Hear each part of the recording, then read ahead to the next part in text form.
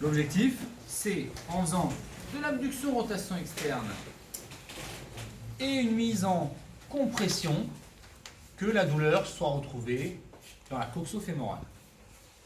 Si le mec me dit ça tire dans l'adducteur, c'est pas positif. Si le patient me dit ça me fait mal dans la sacro-iliaque, c'est un test orthopédique pour incriminer une sacro-iliaque. Vous vous rappelez? Ouais. Donc là, ici, je maintiens l'iliaque, j'ai un comprimé. Faber. Ensuite, son copain en face, pourquoi il s'appelle Fadir? Parce que c'est adduction, rotation interne, internal rotation. Ici, je viens adduction, rotation interne, Fadir, mettre en compression. Et vous voyez, dès que le bassin vient se soulever, je m'arrête. Il y a différents articles où vous trouvez un peu des choses différentes, mais moi, ce que j'ai pu retrouver dans la littérature, c'est quand on a du Faber, on est quand même beaucoup plus sur un phénomène arthrosique ou articulaire dégénératif. Et quand on retrouve un Fadir, on aura beaucoup plus de problématiques au niveau du labrum. D'accord? Vous avez dans votre cours d'autres tests.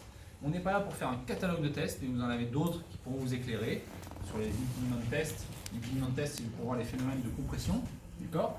Et d'autres tests du labrum que vous avez dans le cours. On ne va pas tous se les faire, parce qu'on n'aura pas le temps déjà, mais on pourra le faire à la synthèse, s'il y en a qui veulent voir des choses.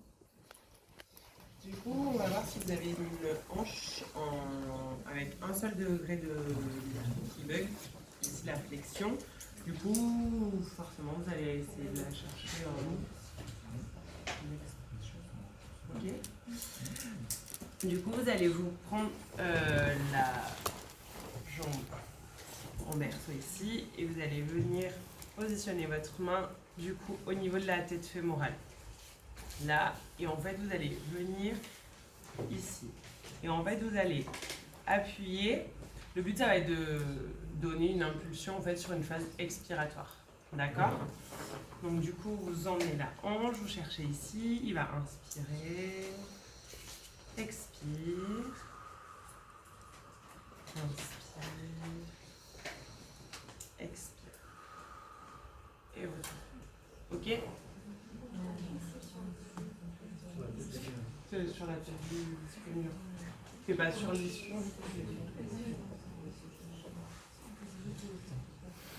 Vous prenez vraiment en berceau pour bien soutenir la Articulaire, l'objectif, c'est pas de gagner un mouvement majeur, c'est de gagner aussi en glissement. Lors de ce mouvement-là, qu'est-ce qu'on a comme hanche? une hanche en flexion, parce que t'as un degré de liberté du coup qui bug. On va donc aller chercher une extension, mais avec la poussée de la main, chercher un glissement intérieur. C'est là où ça change tout entre se dire, je vais mettre de l'extension, crac, et je mets de l'extension pour aller chercher un glissement. D'accord? Et donc, il y a plusieurs manières de voir. Je me permets comme ça de montrer que quand il y a des cuisses qui sont plus lourdes, que vous avez du mal à soulever tout ça, et que vous avez du mal à mettre la main sur le grand troc, vous pouvez très bien, avec le coude, aller chercher un appui. Peut-être que ça va aider certains, en venant soit attraper de cette manière-là, ici, la jambe. Vous allez voir que ça aidera sur des cuisses un peu plus lourdes. Tu te rapproches un peu de moi, s'il te plaît?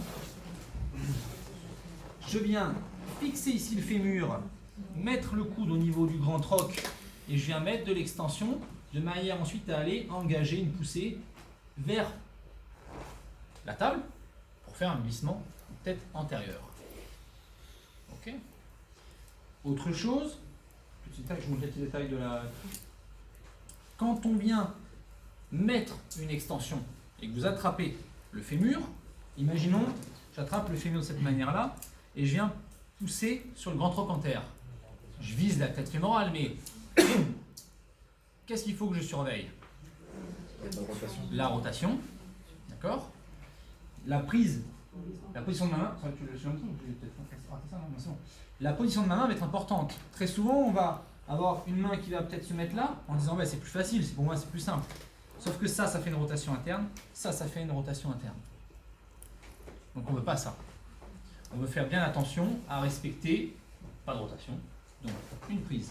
Ici, je mets l'extension, je majeure la poussée sur le grand troc et ici, vous voyez ma main empêche la rotation interne que j'impose avec l'appui sur le grand troc. Je viens majorer la poussée, inspirer monsieur, souffler, et là, boum, pousser dans le ventre rock pour faire le glissement. Pas tirer. Ok, donc soit avec le coude, soit avec la main. On va déjà essayer ça tranquillement.